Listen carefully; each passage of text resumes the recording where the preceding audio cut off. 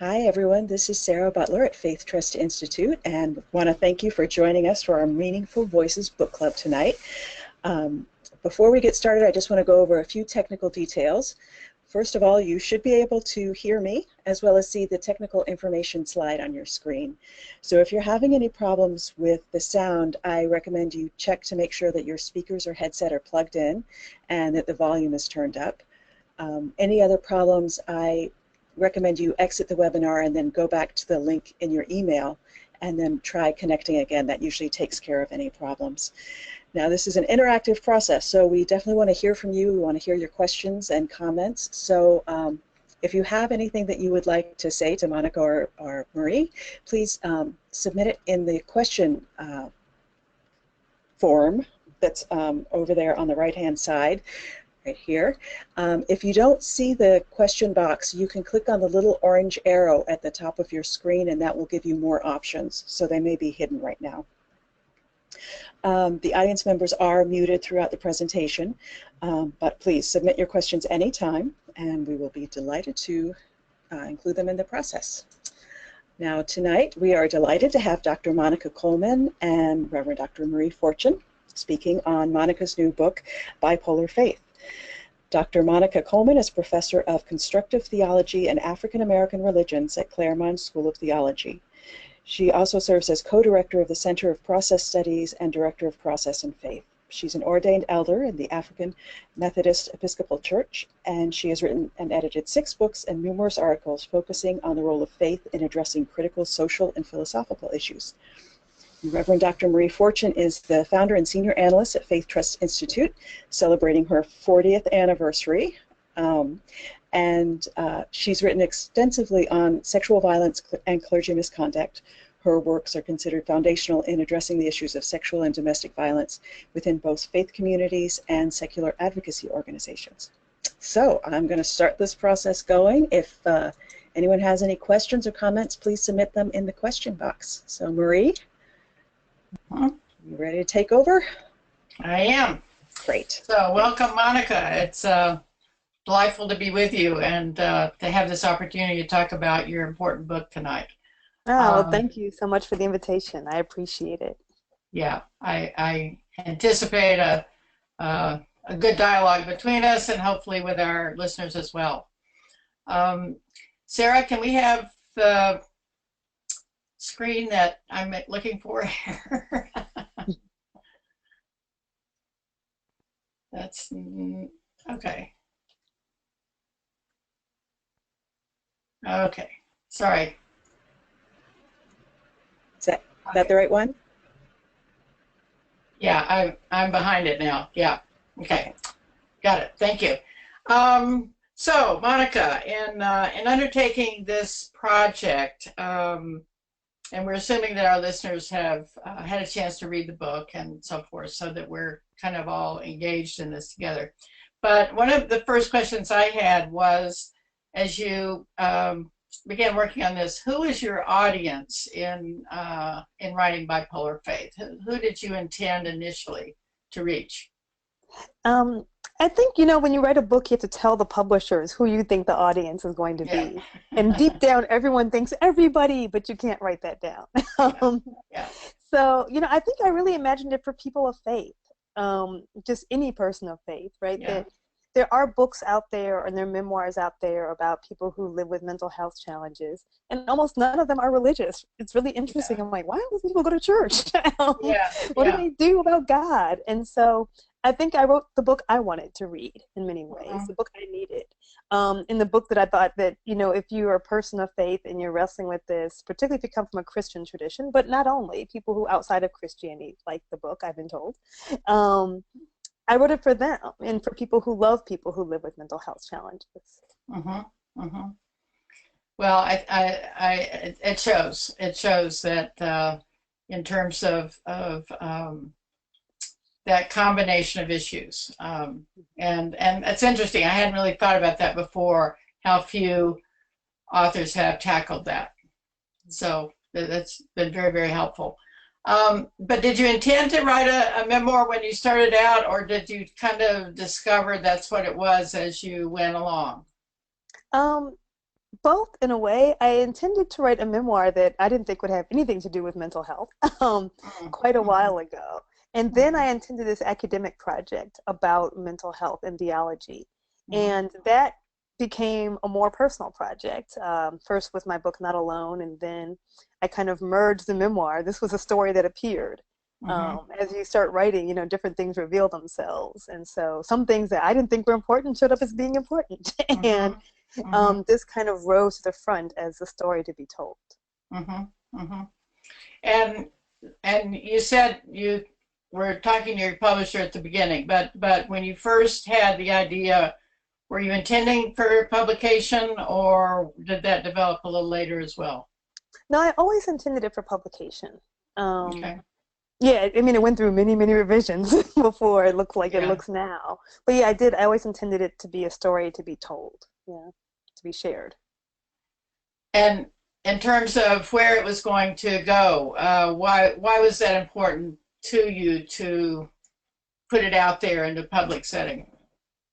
Again, I guess it was because, you know, I mean, in the earlier 2000s, when I was diagnosed, people wandered around bookstores, right? People wander on Amazon now, I guess. But, you know, I would wander around bookstores and look for books, and like just kind of almost in a groping way, look for books that would kind of reflect my experience back to me. And I couldn't find them.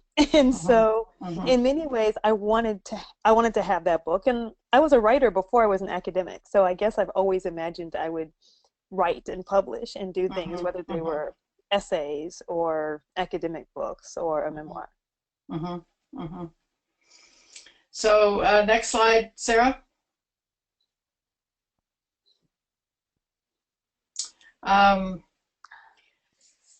So this is a quote from Anne Ream. Are you familiar with her work? I'm not, but I clearly should be. What a great quote. Yes, you should be.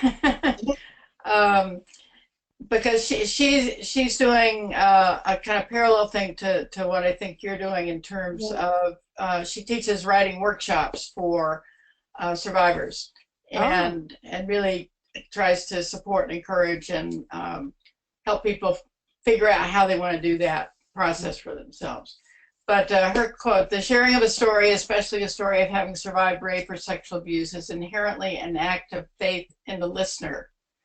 We do not testify to our experiences because it is healing, though it can be, but because it is necessary in a world that too often underestimates the scope and scale of sexual violence." Totally. So that's part of her mission, obviously. And so part of what you're doing, I think, with this is speaking the unspoken. And that's certainly something that requires courage and a willingness to step out there. Did you have any anxiety about publishing this book, either personally or professionally, when you undertook it? I'm still so moved by this quote because I think it's so true. People often ask me if writing the book was healing. I'm like, no, therapy was healing. Writing the book was hard, right? It was hard to relive certain moments. It's technically hard to, you know, hopefully write a book that I thought would be good, or, you know, how you don't think it's really good to the last edit. So it was a difficult write.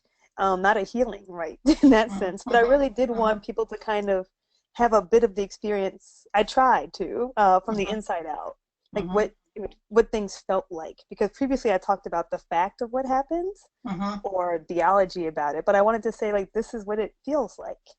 And so I was anxious about different things in different ways. Professionally, I was not that anxious about it. I'm at a great institution that has a strong spiritual care and counseling program. We understand mental health challenges really well. I'd always been pretty open about my experiences with my colleagues in my administration. They're very supportive.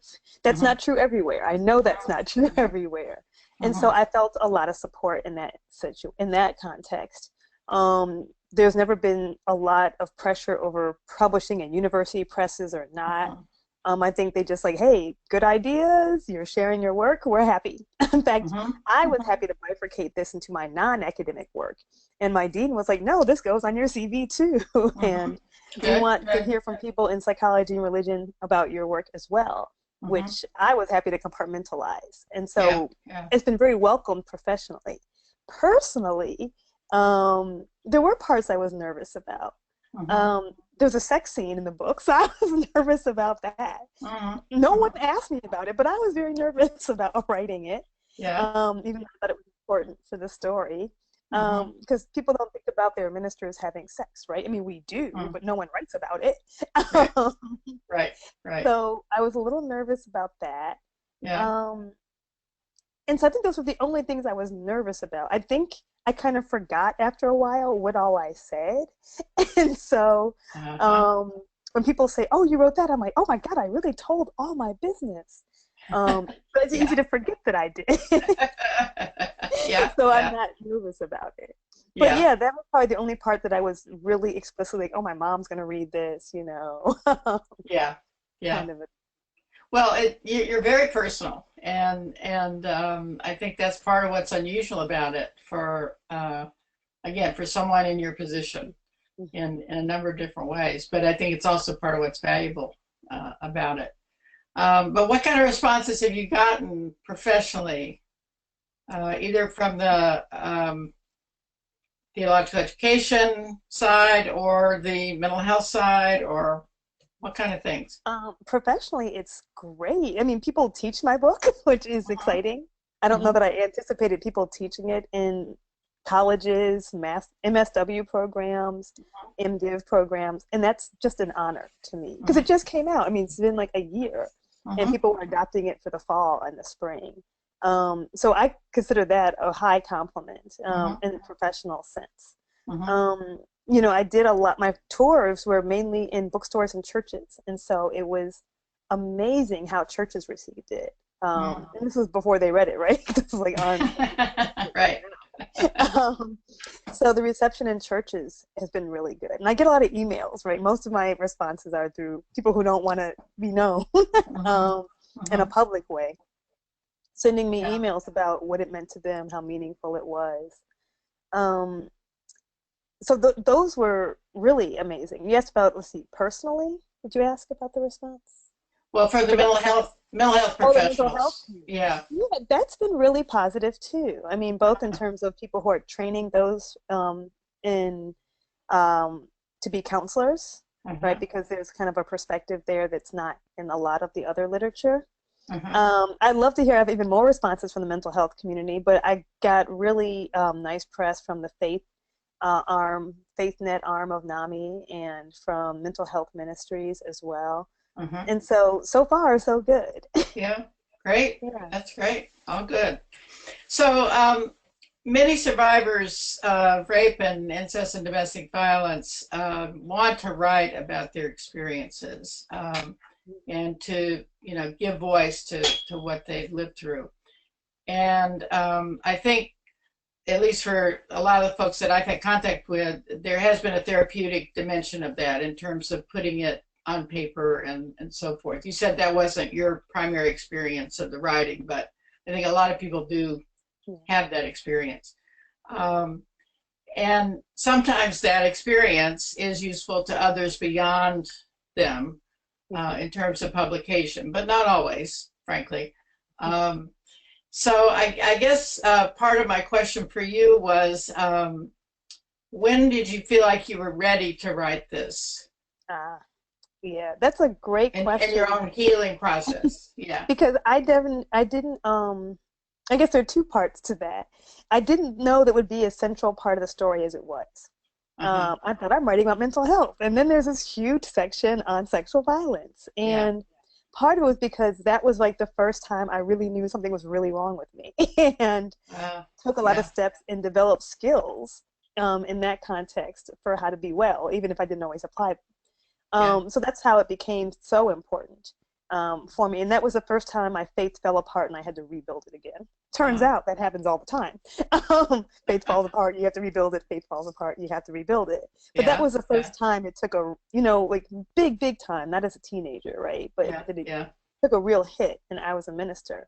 So it became a bigger part of the story than I knew it would. Previously, I had always had a commitment to not talk about the details of my rape.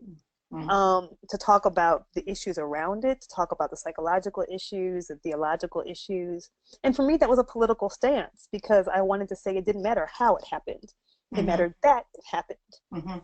So it was hard to say, okay, I'm actually going to write about this. And the people who were in my life at that time, they all know who it is, right?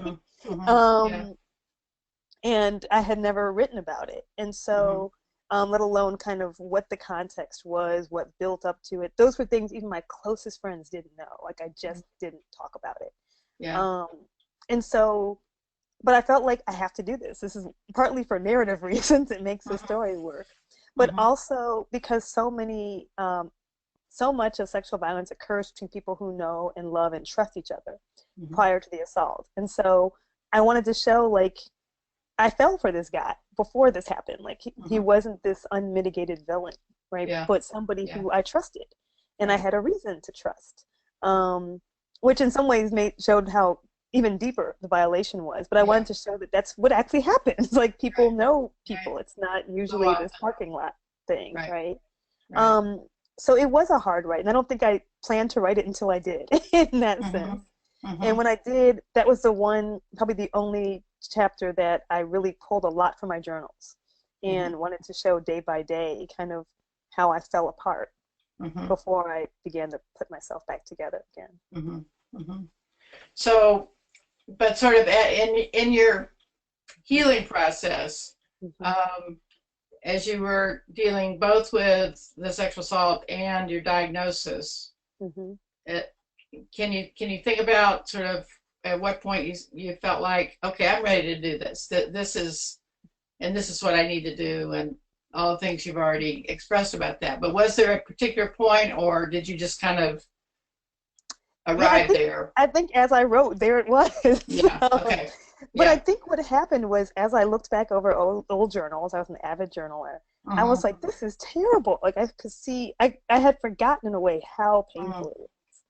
But the good part, I was like, wow, but I lived through it. So I was sad by how sad I was, and remembering how sad I was, but I was also really amazed, like, and I'm on the other side of it. And what seemed like the worst possible thing that could have ever happened to me, and that I would never get past, and I'd always be like, Monica, survivor, was just, at this point now, just a part of who I am. And so I was able to kind of look back, and it didn't define me anymore. And that made it easier to write as well. It was one of many experiences that I wrote about, but not the only. I'm reminded, as you described that, of I think it's the last paragraph in Judith Herman's book, Trauma and Recovery, which she talks about survivors reaching the point where their experience is part of the larger ocean of, I can't remember exactly how she puts it much better than I can, but I think that's what you're describing, that it becomes part of the whole and not everything about you. Right. And so, I hit that point many years ago, probably maybe 10, 15-ish years ago. But in terms of writing about it, it was even easier to write about because I was able to say, like, wow, I'm really on the other side. And there was a time I didn't think there was another side. I heard about this side, but I didn't know it was there. Right. Yeah. So we wanted to look a little bit at the context that you provide. One of the things that I found ironic was that I think your description of your granddaddy growing up in Western North Carolina as poor, Black, and uneducated resonated with me because my granddaddy grew up in Western North Carolina as poor, white, and uneducated. And it gave me pause to think about, and about the same period, it sounds like, what each of their lives must have been. And I fully expect their lives were very different because of racism and Jim Crow and all the context of that, but still very different. But you know, the context is there, and how the context shapes people's families. So you positioned your description of your experience within your family history, which I found, you know, particularly interesting. And so I wanted to know if you could say more about kind of what your thinking was around that. How did that help? And thinking and learning more about, your ancestors. How did that help you with your situation? Well, I mean, part of this is what happens when an academic writes a book, right? You still have these Right. academic points you want to make. And Right. so one of the points I wanted to make as an academic was to say that, the main narrative around mental health is like there's some kind of brain chemistry problem. It might be genetic, it might be trauma, and you get medicine and that fixes it. And I wanted to be like, it is so much more complicated than that. Mm-hmm. Yeah. And I wanted to show that you can't really tease these things out. You can't tease out what happens or what the effects of poverty and trauma and war and slavery and all the different things that we bring with us through both experience and now we know genes Mm-hmm. Mm-hmm. into our present. And so I wanted to kind of make that point without being academic about it. Right? I Mm-hmm. wanted to say, Mm-hmm. hey, it's complicated by sharing a bit about my family story. Mm-hmm.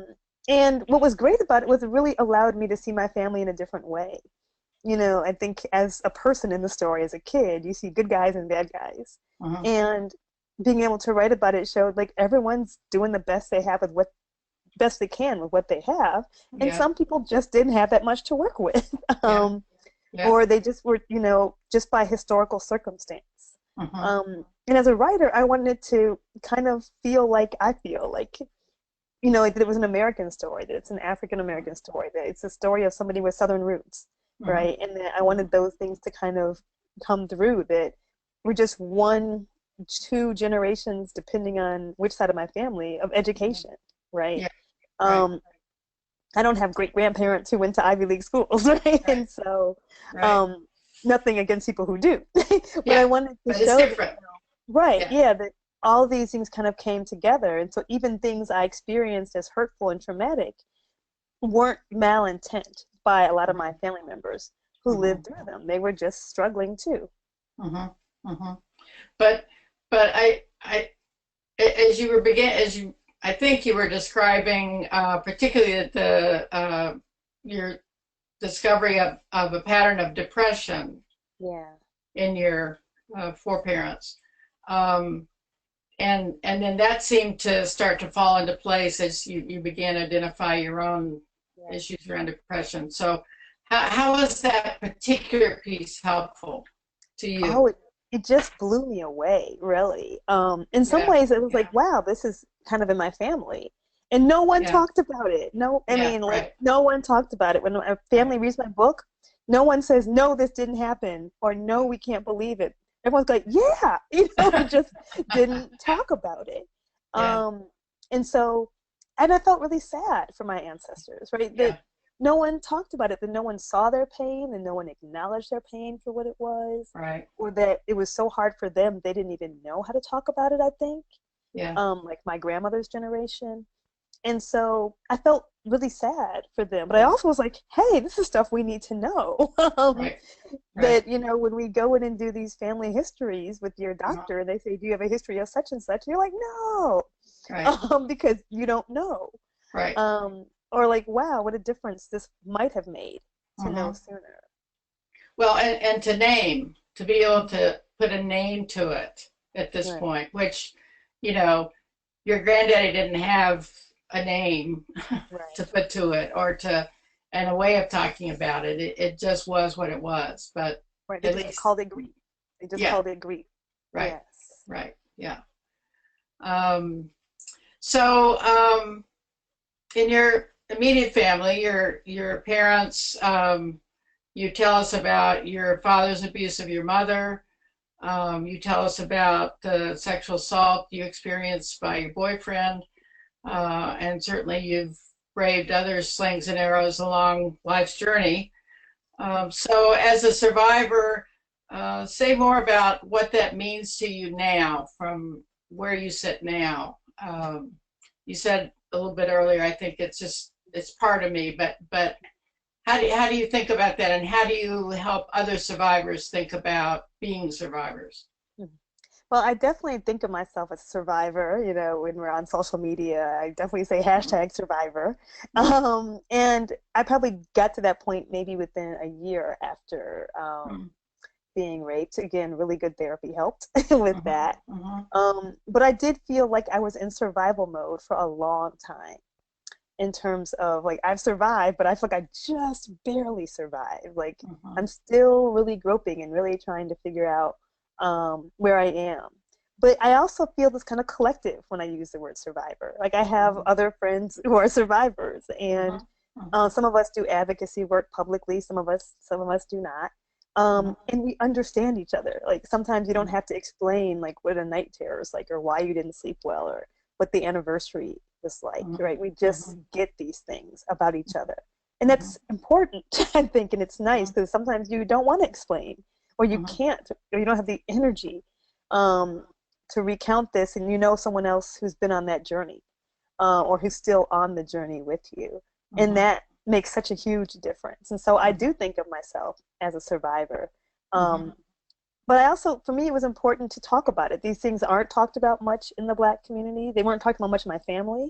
Not everyone in my family is happy I talked about it. No one said, we think you're lying. They just aren't happy I wrote about it.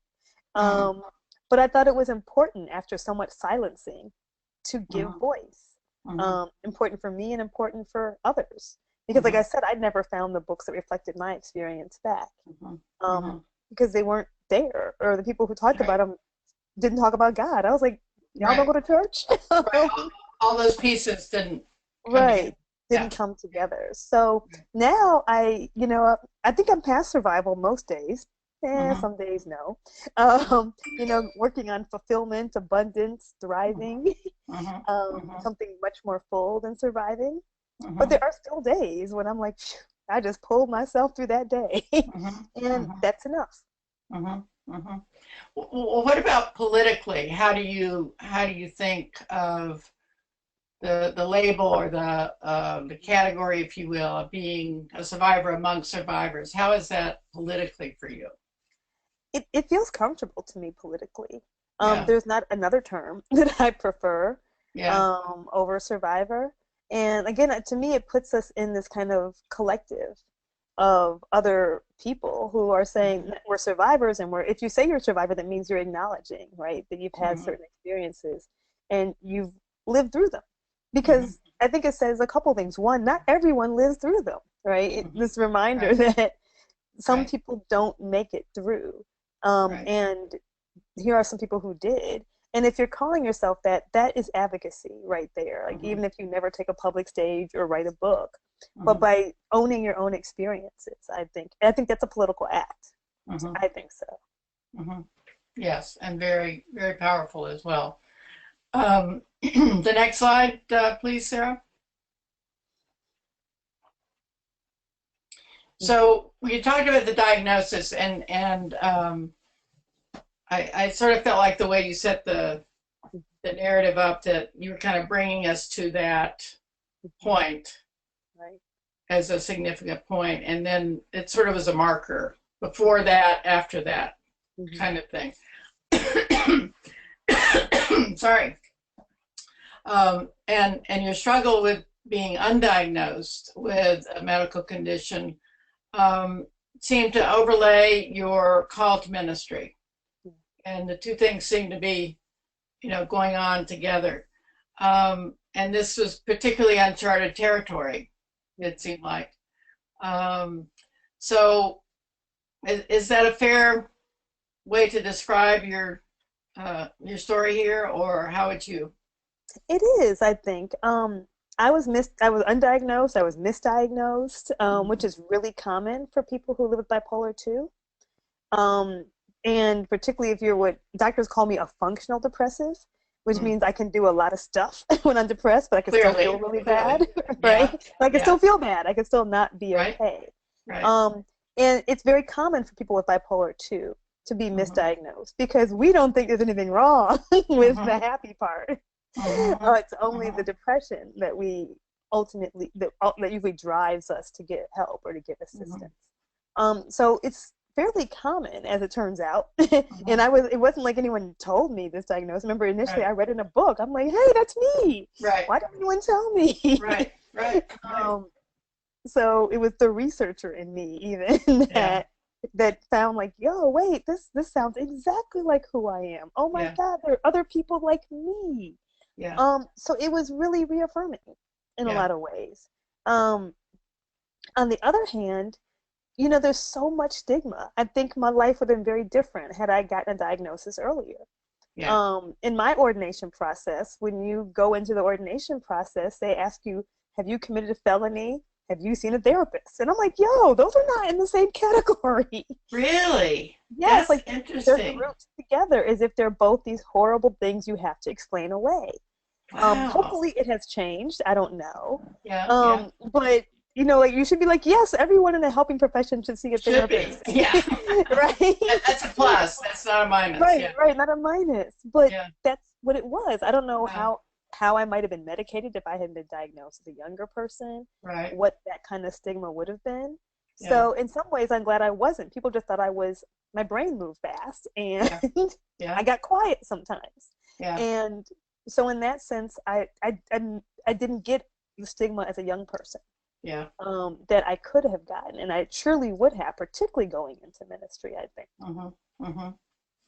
But as you were experiencing a call to ministry in the midst of that, how did those two things kind of work for you? I think because I didn't know. It was okay. But I felt like, and I still do, that ministry was a call. But I think the part was that no one thought that, kind of my charismatic experience was anything but a spiritual experience, which is what I think it is as well. And I think, but, kind of coming into ministry, right? I kind of got this call, I go to divinity school and come into ministry in the midst of trauma, really, right? In the midst of depression. It made it, in many ways, easier to find a really good church, because I was so desperate I could find the bad churches. No, that's not going to work. No, this pastor's saying bad things that are not helpful and hurtful. So that when I ended up at a church that could handle me, that meant I found a church that was right for the kind of ministry to which I'm called. Well, that was certainly a blessing that you finally found that, and that you had sense enough. I think that this is part of what I hope people hear in this. You had sense enough to be able to, in those other churches, say, no, not going to work, out of here. And there's got to be something better that's going to fit for me. And I worry about the folks who don't know there's anything better, or don't realize they have a choice to make, and keep looking.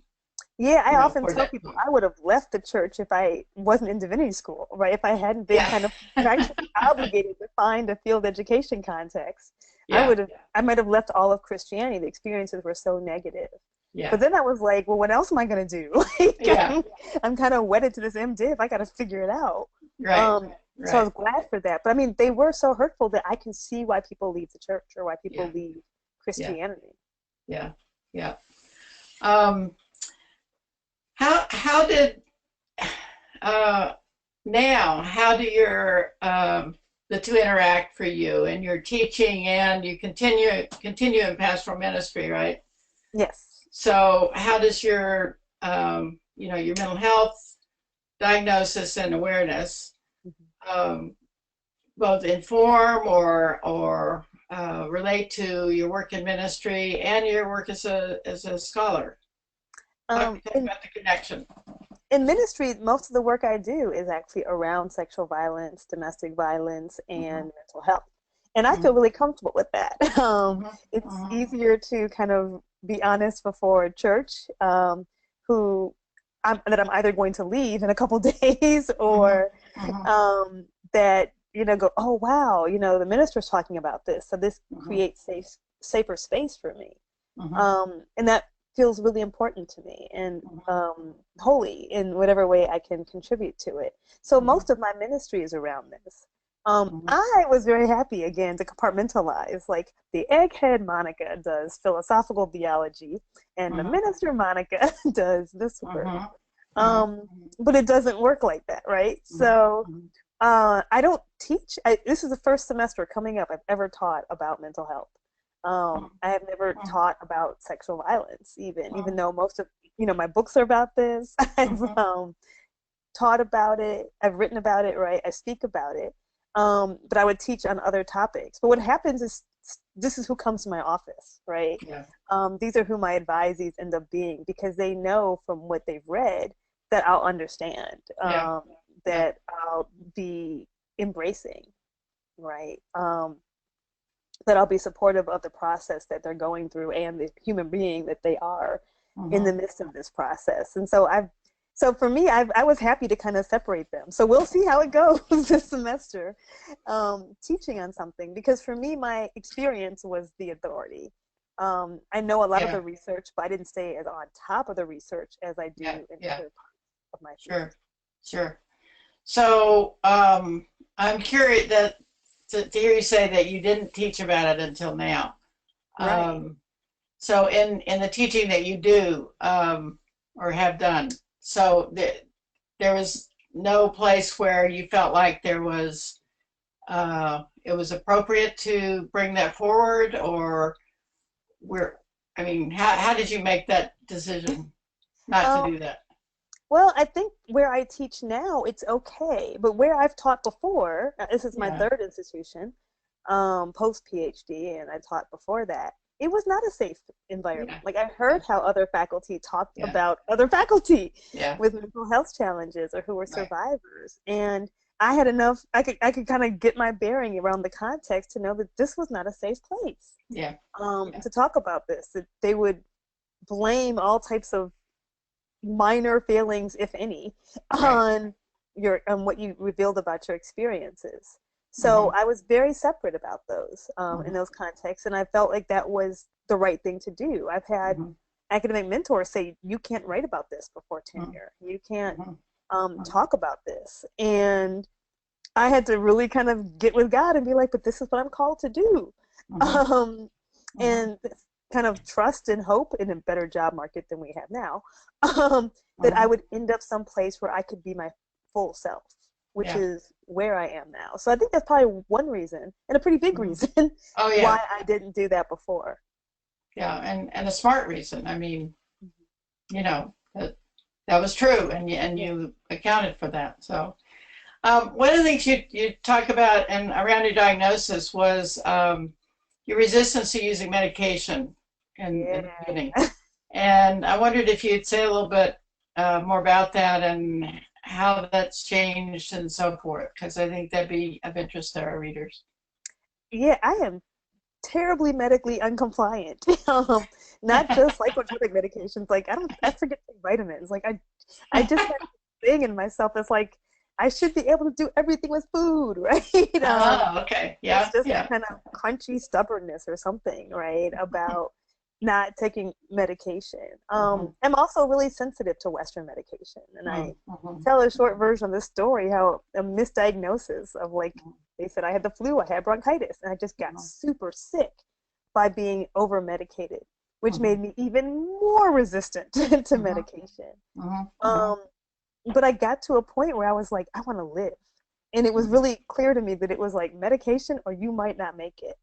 And so that was my bottom, I guess you would say, where I was like, I want to sleep. Like, can you get me to sleep? I just want to sleep. I just want to sleep. And I had a doctor who was really respectful. So it wasn't that there weren't other doctors who told me about medications and they completely tripped me out.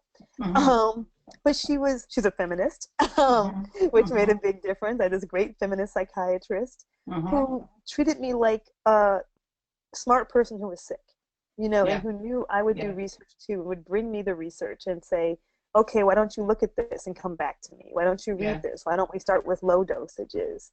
And that really made a difference. I think just being treated with respect and like I had agency in the process.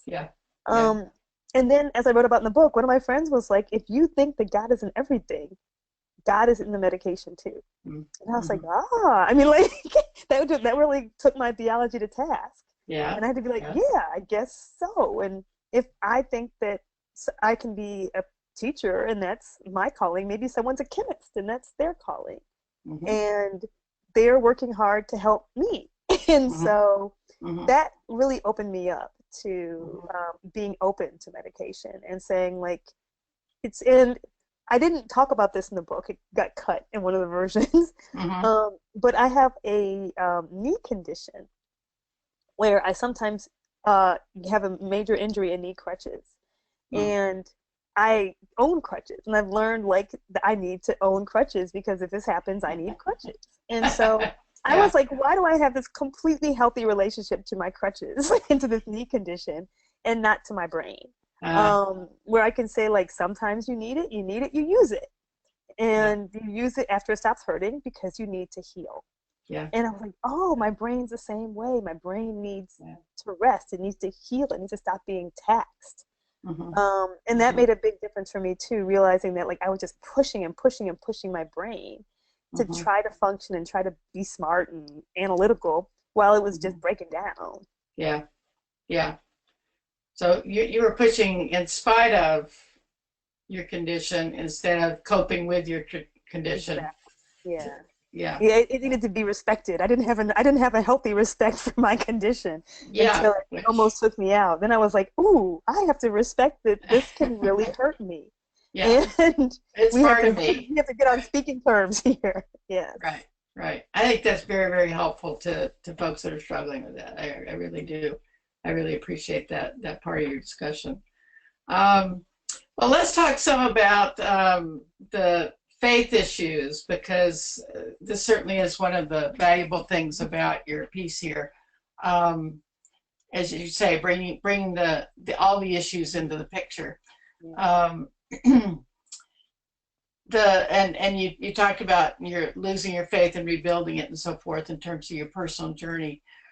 But I think my experience has been that many, or perhaps most, people of faith struggle with things they've been taught in their faith community, particularly when they experience personal violence of some sort. Yeah. And there's so little conversation, so little context that they may have had before that happens. And nobody wants to know, and nobody wants to hear about it, all the silence that remains, unfortunately. So let's talk about these issues in terms of both how you work through them for yourself, but also now how you see helping other folks. And the big ones that I hear the most about are why me, why suffering, and in the Christian context, forgiveness. Yeah. And so let's just go there. How do you want to, where do you start with all that? Well, as I mentioned, I was an imposter, right? I was a minister who was not talking to God. And so I just faked it, right? I bet you were pretty good at that too. I read the sermons. I don't know. I tried. Yeah, no, I bet you're pretty good. But it wasn't until I ended up in the community where I started the Dana Project, where I had the space, because it was a community that also had an active alcohol and drug recovery ministry. And so other people there understood suffering and understood being mad at God and understood crying and still being human, right, before God. So it was more in that community, but still having this kind of, like, I got nothing for God. You can't, it's hard to say that in church. So one of the things I do is that's what I say when I speak and when I teach is, like, and people, because we don't share that's actually part of the spiritual experience. Like, if you aren't a little mad at God sometimes, like, you're not living, right? If you're not real. You're not being real. Yeah. If you aren't frustrated and, like, angry and, like, what's up with this? Yes. But we act like you should always be happy. If you're a person of faith, you should be happy and you should be grateful. Yeah. I don't like that. I think it's like spiritual abuse or theological abuse. Yeah. The idea that if we're people of faith, we're always happy, we're always grateful, we're always counting our blessings, we're never stressed out, and if we pray right, we'll have stuff, right? And that's really commonly taught, and it's just like a lie. It's just bad theology. That sometimes you're happy and grateful, and sometimes you're not. And there's so much in the Bible where people are like this. They're upset and they rail at God and they yell, and no one preaches from those texts. or they preach that was a bad and faithless thing to do, as compared to it's a faithful thing to still take your anger to God, right? And it's a faithful thing to wrestle and still be in the game, so to say, to still stay in community while you're upset and faithless and angry, and unsure about how it works. And so a lot of it's just, you know, for me, trying to keep religious spaces more honest, and religious leaders to feel safe in being honest. That like, I go to therapy, or I need a therapist, or I need a break sometimes, or forgiving sucks and it's hard, right? Like, it's the hardest thing that we're ever asked to do religiously. And sometimes you have to do it a couple times, the same people, right? And like, you take it back. And that's part of it, right? You know, or as you say, it's the last thing you have to do, not the first, right? And just being more honest about what the spiritual journey is like. I think particularly if you're in a charismatic or evangelical tradition, it's like you get saved or something, right? You have this moment, and then overnight everything's supposed to be great. When that's really, everyone deep down knows that's not how it is. No. So partly in the book, I wanted to be honest. Like, you could be a theologian and a minister, and it could be that what used to work for you religiously stops working. Yeah. And that sucks. Like, even now, when I know it's going to happen, it still sucks. It still hurts. I still mourn the spiritualities I've lost, even if I get a new one. I want the old one back. Like, I want the one I knew, that was familiar, that has good music to it. I want it back. And to be able to say, of course you do. Like, this is why Lot's wife looked back, because who doesn't look back? I feel very passionately about this. And so I think it's important to kind of always keep saying this and keep reminding people. And so some pastors don't want to say it, so they invite me in so I can say it. Right. That's right. And that's a joy and an honor. Yeah.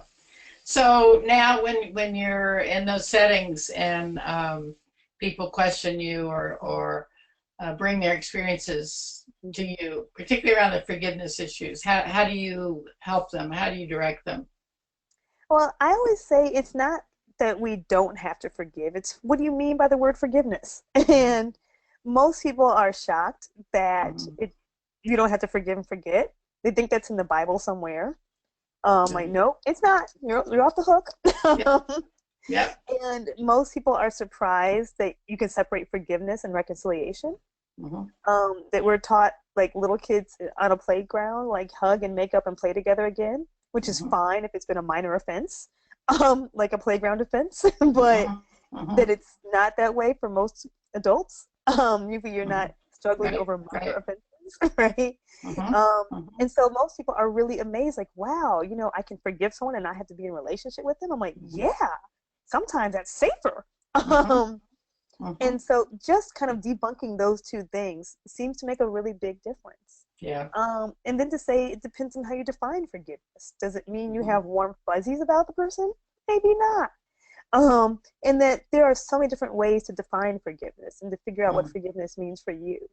I also tell people it's a selfish act. Like, sure, we do it because Jesus said so, and that makes Christians feel good. And I tell people, particularly when I'm in Bible Belt areas, like, if you're a counselor and people are Christian, forgiveness is usually important to them.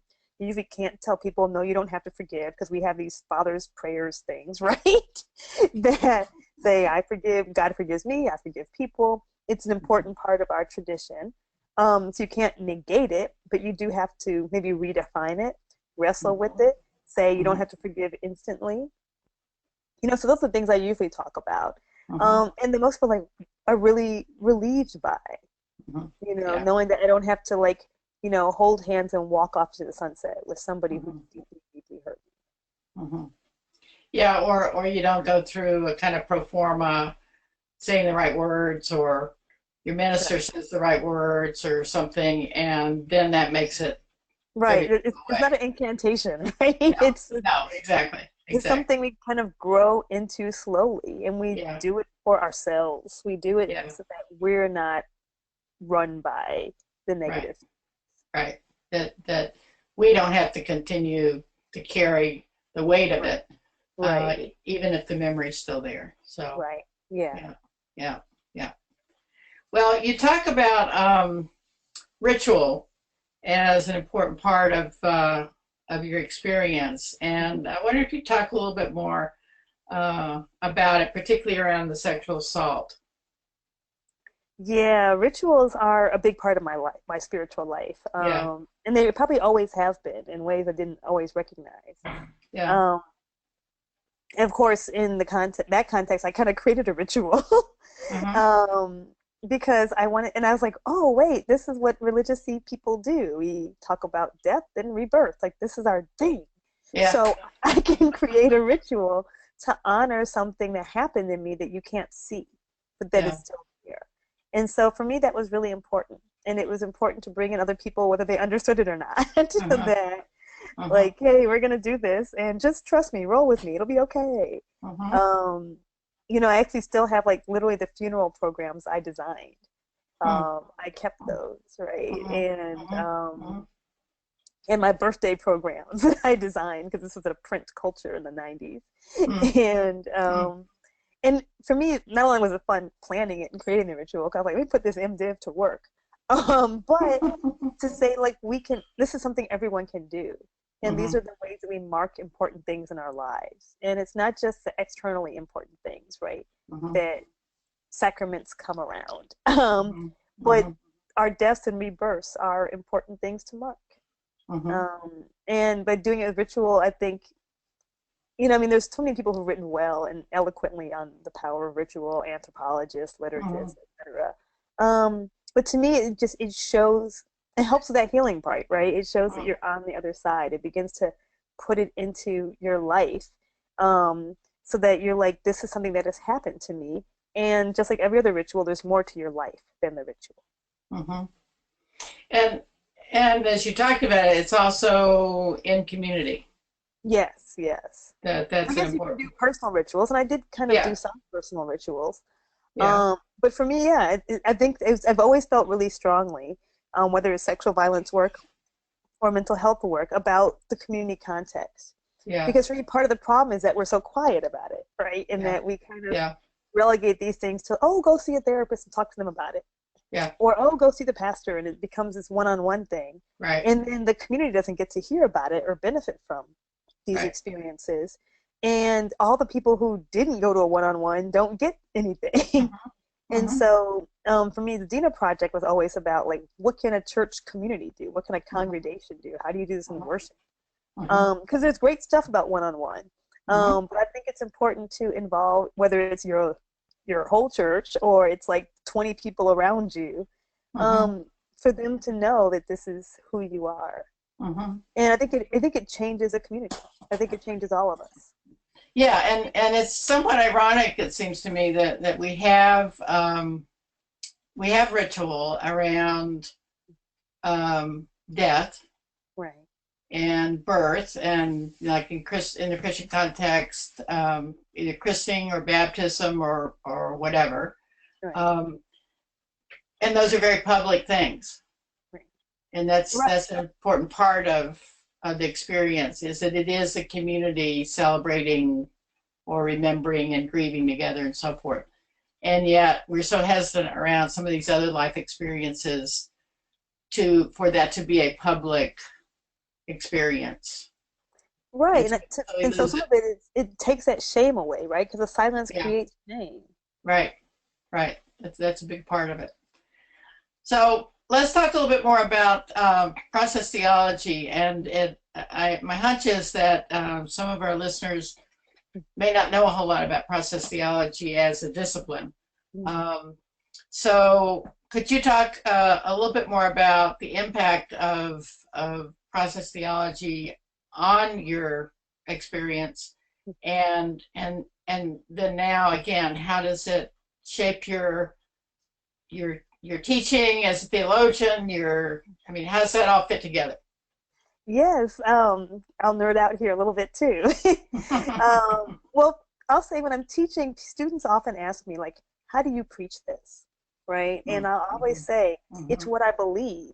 How could I not preach it? Right? Like if you believe something, you preach what you believe, and this is what I believe. And so for me, process was like my theological savior, right? In many ways, I say, what's your conversion text? And mine was Charles Hartshorne's Omnipotence and Other Theological Mistakes. But I was taking a course on preaching, trying to figure out, okay, I'm doing this work on sexual violence. How do I preach about suffering? And it was a course on preaching about suffering. Yeah. And we read a bunch of books. We read Core, some other stuff, I forget, right? Because I remember it was Hartshorne. Yeah. And it was one of the first books that was like, maybe it's not God's fault or the devil's fault, but it's this kind of complex combination of what the world kicks out, what people choose to do, and that said suffering sucks. That didn't try to make it better or make it okay or redeem it. And I was like, yeah, suffering does suck, and there's nothing good about it. And I mean, I've caught so much flack in Black churches for not being a fan of redemptive suffering. I'm like, there is nothing redemptive about suffering. Suffering is bad.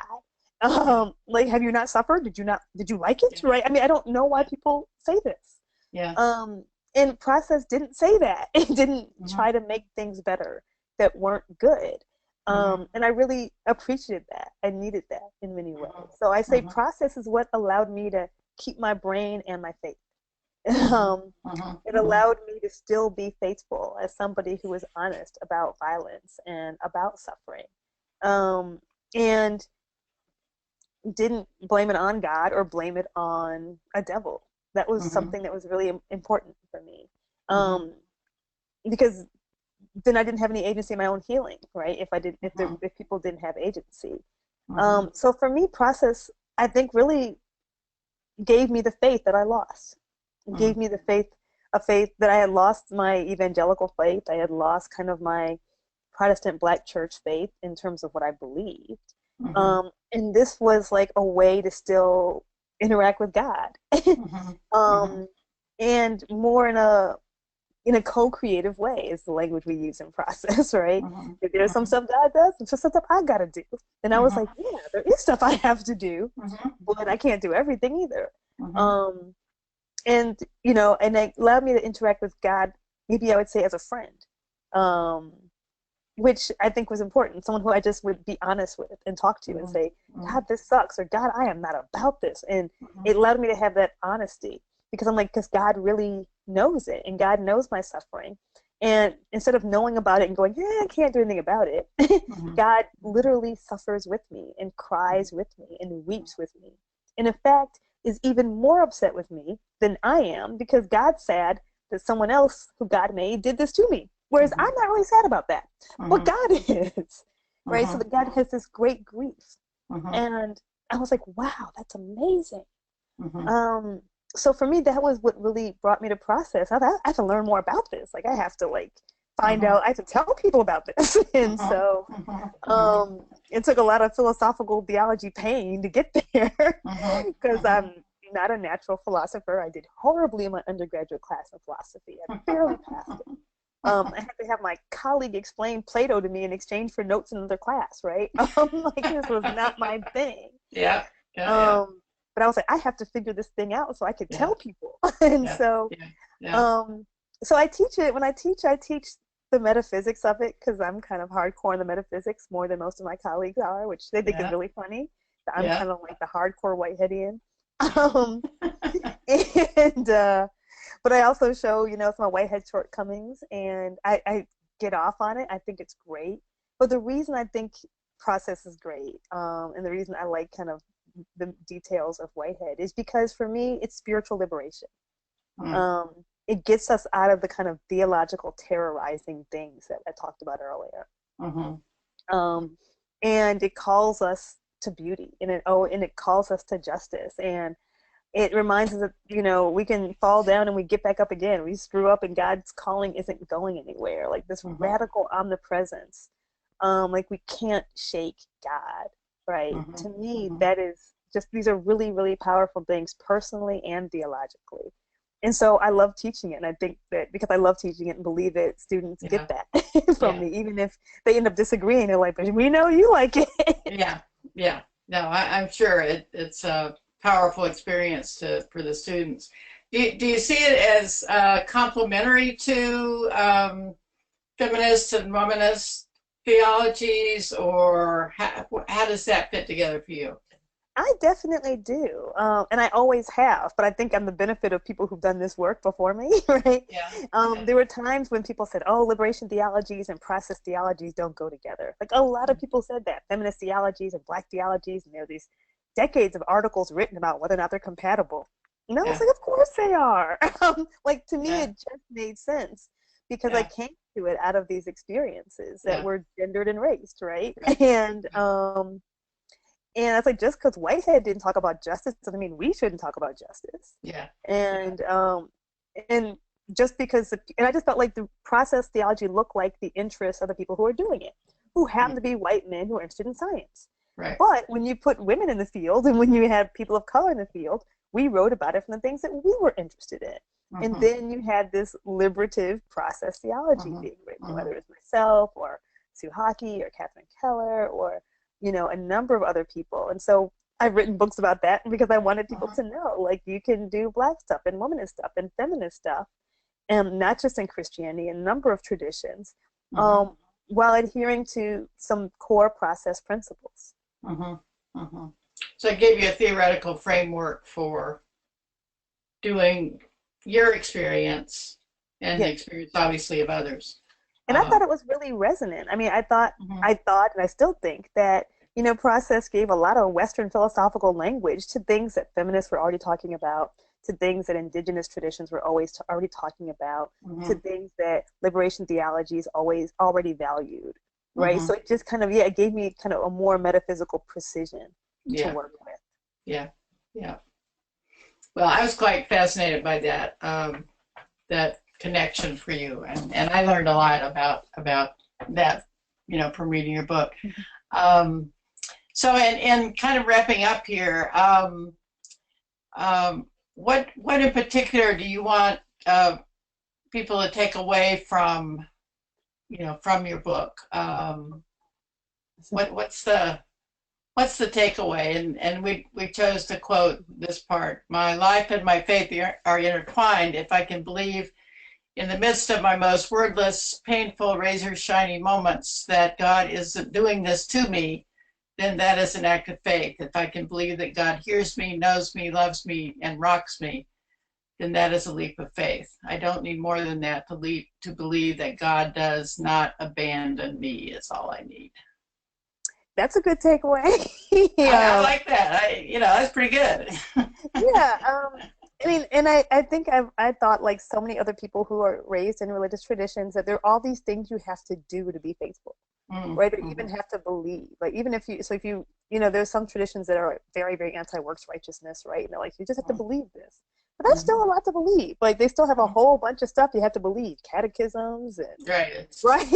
It's complicated. I mean, I've taught these things, and it's a lot to ask of a person.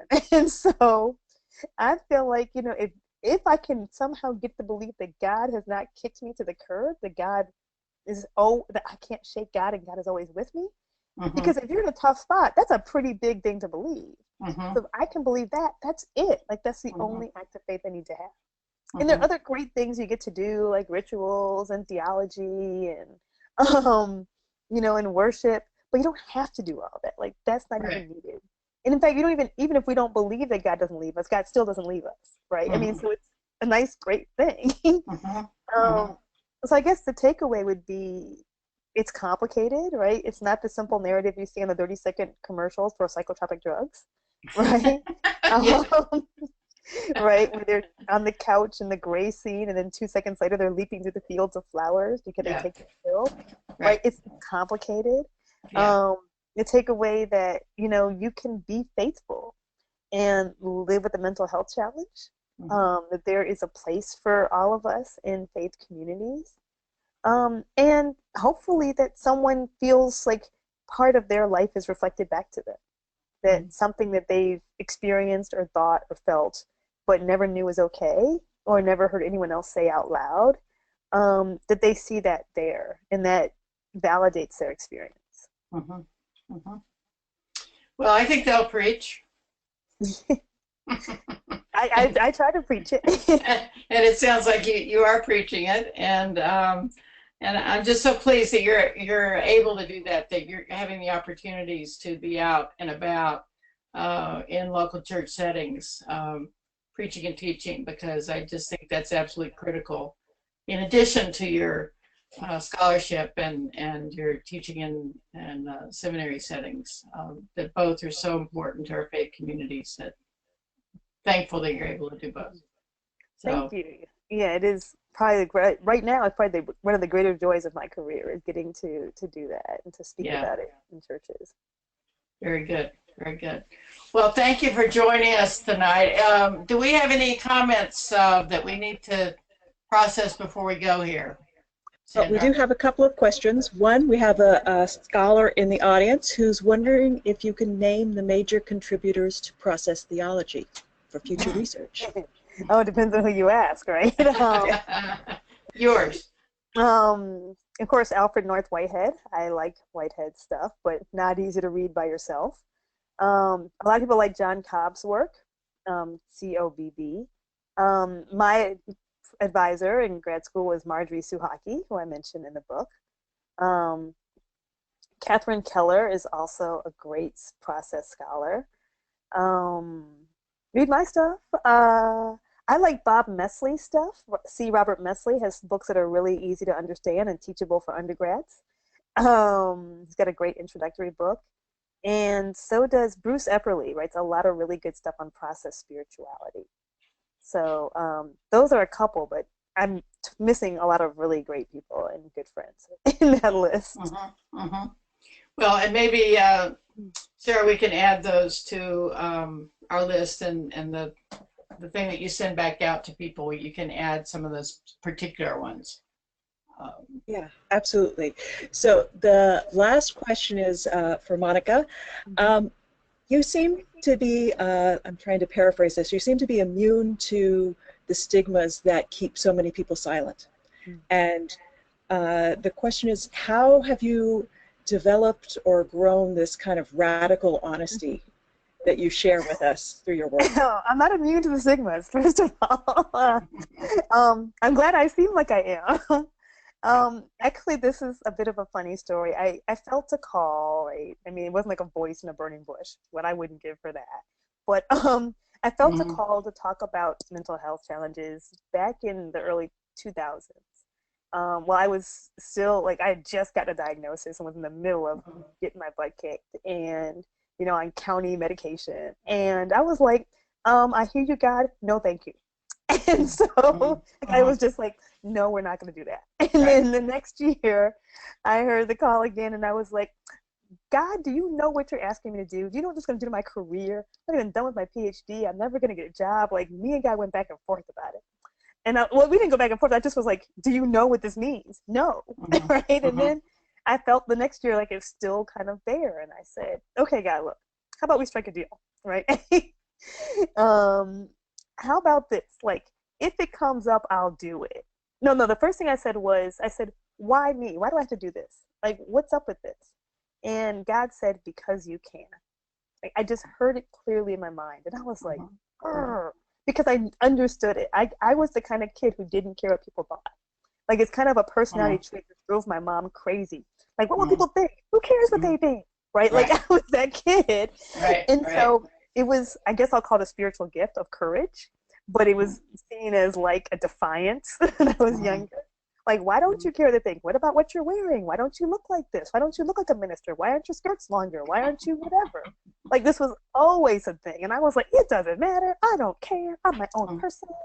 So God was like, because you can. Like, you can do it. Not everyone can. Not everyone is called to. But you can. And I was like, because I understood that I could. It doesn't break me down. It doesn't hurt me. There are things I can't do. I can't do crisis lines. Those tear me apart, right? There are things I can't do. But this was something I could do. So then I was like, well, okay, God, if it comes to me, I'll say yes, but I'm not going to go looking for it. And then all this stuff kind of came my way. Like, the students in my classes were like, oh, why? We want to talk about depression. I'm like, what do you mean we want to talk about depression? Like, what? Right? It would just keep coming my way. And I was like, well, I told God I would say yes if it came. And then what I don't talk about in the book as much was I was hospitalized at one point. And when I kind of came out of the hospital, and I didn't tell anybody on my job about it. I said I had a family crisis because like I'm my family. It was a crisis, right? Yeah, I was yeah. really afraid of the stigma, and I talked to the president of my school, it's a small school, about it, and she said, "Well, Monica, everyone's got something." Like it just wasn't a big deal, and I was like, "Oh, because it wasn't a big deal to her." I realized that I was making it a bigger deal. Like my silence was creating shame. I didn't even feel shame. Like I don't think there's anything wrong with me. I don't think I should be ashamed of having a mental health challenge. But because I was quiet about it, I was creating shame for myself. And so I realized like I can't do that. Like I have to talk about it. Yeah. So I'm not immune to the stigma. Yeah. I do experience it. I've worked in contexts where I wasn't as open in those contexts. And luckily, most academics don't pay attention to what I was doing outside of the academy. Yeah. They do now, but they didn't then. And so I led these two lives, right? The super honest life, and then in churches, and then the super philosophical life. And one of the reasons I took my current job was because I knew I didn't have to do that anymore, because I could be my full self. And they saw no stigma at all. So I hope that that's a long answer to the question. Yeah. No, it's very good though, and I also think that's part of how things are changing. Yeah. In terms of hopefully some destigmatizing in general around mental health challenges, and how we as communities handle them. Yeah, I mean, we have a long way to go, but it's so much better than it used to be. I tell people, oh, it's better than it was in the 90s. It's better than the early 2000s, right? It's better than, like, and you've seen so much of this and made a big difference in this. So you can actually see the changes that have occurred in seminaries and colleges and churches. Like, it is so much better than it used to be. Right. And so that helps a lot too. Yeah. And we just keep working to make it even better. Even better. Because people deserve even better. Oh, yeah, definitely. So, yeah. Well, Sarah, is that those all the comments, or? One last question. Okay. What's been the response from your faith community, and how have you addressed it to the book, I think she's asking. Oh, in response to the faith of my faith community? I'm not sure what is my faith community. Well, the book kicked off. My question about that would be particularly the Black church setting. Yeah, the book kicked off in my home church, was an AME church out here in Southern California. That was where I launched my book tour. Sold books, right? Yeah. And the first month and a half of the book tour was in large Black churches. Around the country, in Oakland, in Atlanta, in Detroit. And I am absolutely blown away. First of all, deeply honored to have churches of 2,000 and 3,000 people willing to give their pulpit over to someone to talk about mental health challenge. Just honored that their pastors were open and that people wanted to hear about it. The responses were absolutely amazing. People would say, my son committed suicide, and they would tell me about their experience and how they never heard about this from the pulpit. They never heard anyone talking about it. I sold out of books a lot of places where I was, which was great for the publisher, but also really meaningful to me. So, Black churches, Baptist churches, AME churches have been incredibly welcoming, I found, in ways that were personally meaningful for me. And they gave me hope. I was like, oh my God, I'm talking about this in Black churches. Like, who would have thought Exactly. that this would be the case? And so I would say they've been glad to have the conversation. Now, for kind of in my own defense, which really wasn't me, is that this happened to coincide because, book launches come out, you set things up way before. You don't really know what's going to happen politically. In the same context of Black Lives Matter movement and of, young Black people and even older Black people just being killed by police a lot of times with no recourse. And so because of that, people have been talking more and more about that kind of grief, about deep grief, and about trauma.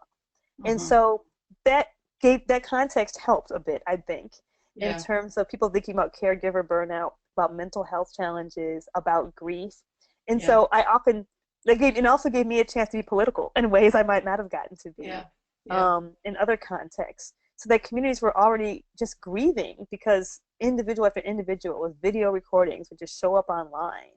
I don't watch any of that stuff. That's my boundary. Like I have boundaries so that they don't, because I couldn't function if I did. I know they're out there. I trust what people tell me they see. But you would just completely undo me. So, but because of that context, I think it also made it so that churches didn't know what to say about trauma, and didn't have resources for mental health. And so it also opened those doors that were really ready to be opened.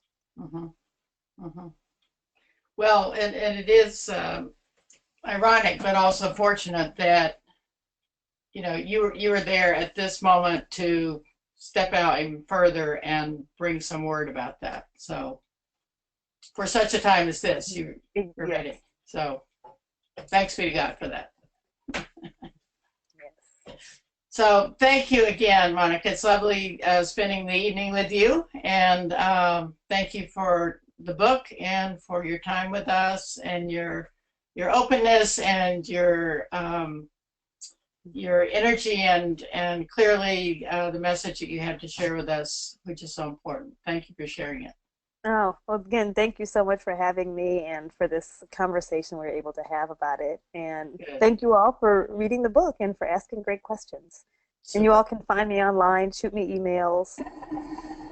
Don't email me at work because that might not get answered. So, but email me through my website, I'll answer. We're giving them your website as the resource, so they know how to reach you. Great, thank you.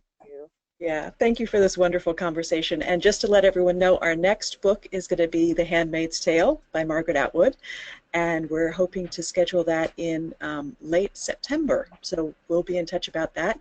And then, Monica, I wanted you to know about this. We're having a celebration panel discussion and after party to celebrate Dr. Marie Fortune's 40th anniversary and Faith Trust Institute. So if you're going to be at AAR this year in Boston, it's the day before. So folks should put it on their calendar if they're going to that event and join us for that. Grab it, yes, I would love to be there. Come early, we'll have a party. Yeah, exactly. Sounds wonderful. Cool. Okay. Well, thank you so much. And the recording will be up on our website tomorrow. And if you have questions, just send them along and I can forward them on to Monica or Marie. Thank you, everybody. Thank you. Have a good night. Bye. Thanks again. Bye.